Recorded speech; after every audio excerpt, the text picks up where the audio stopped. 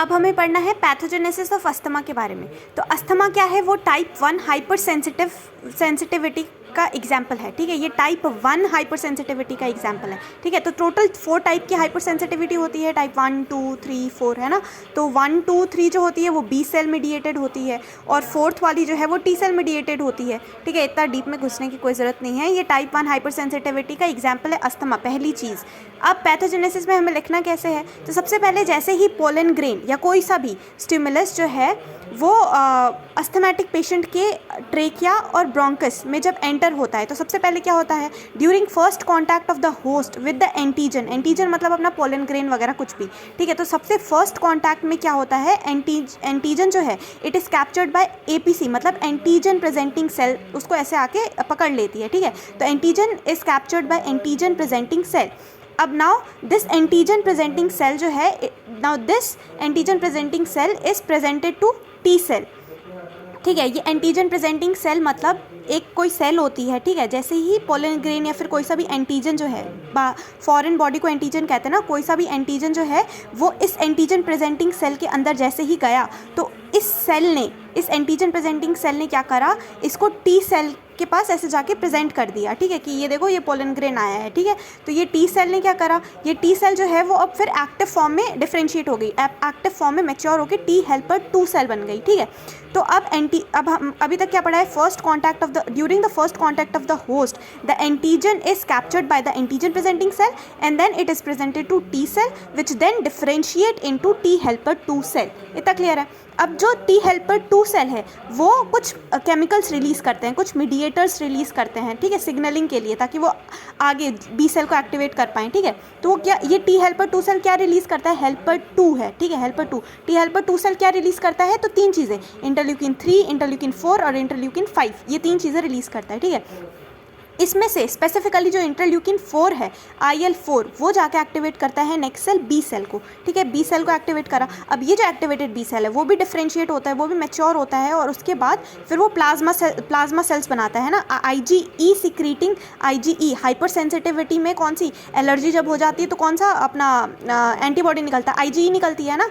तो B cell किस में डिफरेंशिएट होती है, plasma cells with secretes IgE antibody, ठीक है। तो IgE एंटीबॉडी फॉर्म हो जाती है। अब वो क्या करती है, वो अब जो ब्लड के अंदर जो मास्ट सेल्स होते हैं, ठीक है, जो मास्ट सेल और बेसोफिल होती हैं, ये IgE एंटीबॉडी उससे जाके बाइंड कर जाती है, ताकि वो जब नेक्स्ट टाइम आए तो फिर वो इमीडिएटली जो एंटीजन है वो इस एंटीबॉडी से बाइंड होके उसके बाद जो है वो मास्ट सेल जो है वो बर्स्ट कर जाएगी, और फिर कुछ केमिकल्स रिलीज़ होंगे, और उसके बाद फिर ये स्पैज़म हो जाएगा, है ना, नैरोइंग हो जाएगी एयर पैसेज की, जिसको हम अस्थमा कहते हैं। तो इसमें फिर आगे क्या लिखना है कि IgE एंटीबॉडी बाइंड कर गई मास्ट सेल और बेसोफिल से।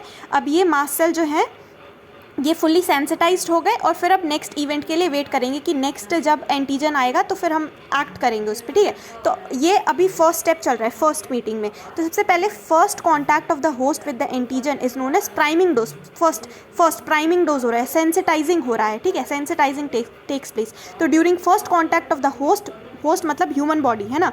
तो during first contact of the host with the antigen the priming dose take place. This antigen is captured by antigen presenting cell. Antigen presenting cell, now it is presented to T cell. T cell differentiate into T helper 2 cell. T helper 2 cell releases some chemical mediators like interleukin 3, 4, 5. Interleukin 4 activates another cell which is B cell, ठीक है। Now this activated B cell differentiate into plasma cells, specifically IgE secreting plasma cells. Now IgE antibodies are formed. Now this IgE antibody binds to next cell, mast cell and basophil cell, ठीक है। अब ये mast cell के ऊपर ये IgE antibody ऐसे जाके चिपक गई है, ठीक है, ऐसे वहाँ पे जाके अटैच हो चुकी है। अब इस मास्ट सेल को क्या कहेंगे, सेंसिटाइज्ड मास्ट सेल, क्योंकि ये IgE एंटीबॉडी इसके ऊपर लग गई है ना, जाके अटैच हो चुकी है, तो इसको सेंसिटाइज्ड मास्ट सेल कहेंगे, ठीक है। अब क्या होगा, सेकेंड कॉन्टैक्ट जब होगा, ड्यूरिंग सेकेंड कॉन्टैक्ट जब सेम एंटीजन आएगा, ठीक है, वही सेम पोलन ग्रेन वगैरह कुछ भी आएगा, तो शॉकिंग डोज होगा, ठीक है, शॉकिंग डोज होगा। पहला कौन सा, प्राइमिंग डोज था। अब सेकेंड कॉन्टैक्ट में सेम एंटीजन जब आएगा तो शॉकिंग डोज होगा। वो IgE एंटीबॉडी जो मास्ट सेल के ऊपर थी, ठीक है, तो वो एक्टिवेट हो जाएंगी। Mast cell containing the IgE antibodies are activated. उसके बाद जैसे ही IgE antibody containing mast cell था उसके ऊपर एंटीजन जैसे ही सेकेंड टाइम आया और अटैच हुआ, तो मास्ट सेल एक्टिवेट हो गई। मास्ट सेल के अंदर ना बहुत सारे केमिकल मीडिएटर्स होते हैं, ठीक है, तो उसके अंदर जो भी केमिकल्स होंगे वो जैसे ही यहाँ पे एंटीजन आके बाइंड करिए, एंटीजन आके जैसे ही बाइंड करी तो वो डीग्रैन्युलेशन हो गया, इसके अंदर जितने भी ग्रैन्यूल्स थे ना उसने बाहर रिलीज़ कर दिए, ठीक है। तो कितने इसके अंदर कौन कौन से केमिकल ग्रैन्यूल्स थे, तो 6 7 8 हैं। तो हिस्टामिन है, सेरोटोनिन है, ल्यूकोट्रिन है, प्रोस्टाग्लैंडिन है, प्लेटलेट एक्टिवेटिंग फैक्टर है, वीआईपी है, कीमोटैक्टिक फैक्टर्स हैं, ये सारे केमिकल्स मीडिएटर्स हैं इस मास्ट सेल के अंदर, ठीक है। तो जैसे ही वो एंटीजन सेकेंड टाइम आके बाइंड हुआ तो ये एक्टिवेट हो गया और बर्स्ट कर गया, ठीक है। तो इस चीज़ को बोलते हैं डीग्रैन्युलेशन ऑफ द मास्ट सेल, ठीक है। तो ये सपोज करते हैं ये एक मास्ट सेल है, ठीक है, ये इसके अंदर ग्रैन्यूल्स, ये न्यूक्लियस है और ये इसके अंदर ग्रैन्यूल्स हैं और ये आईजीई एंटीबॉडी जिसको हम सेंसिटाइज्ड मास्ट सेल कह रहे हैं। जैसे ही एंटीजन आया और डीग्रैन्युलेशन हो गया, यहाँ पे गैप दिखा देना, ठीक है, और ये ग्रैन्यूल्स निकल गए। इसके ग्रैन्यूल्स भी कौन कौन से हैं, हिस्टामिन याद रखो, हिस्टामिन, सेरोटोनिन, ल्यूकोट्रिन, प्रोस्टाग्लैंडिन, ठीक है, वीआईपी, कीमोटैक्टिक फैक्टर्स।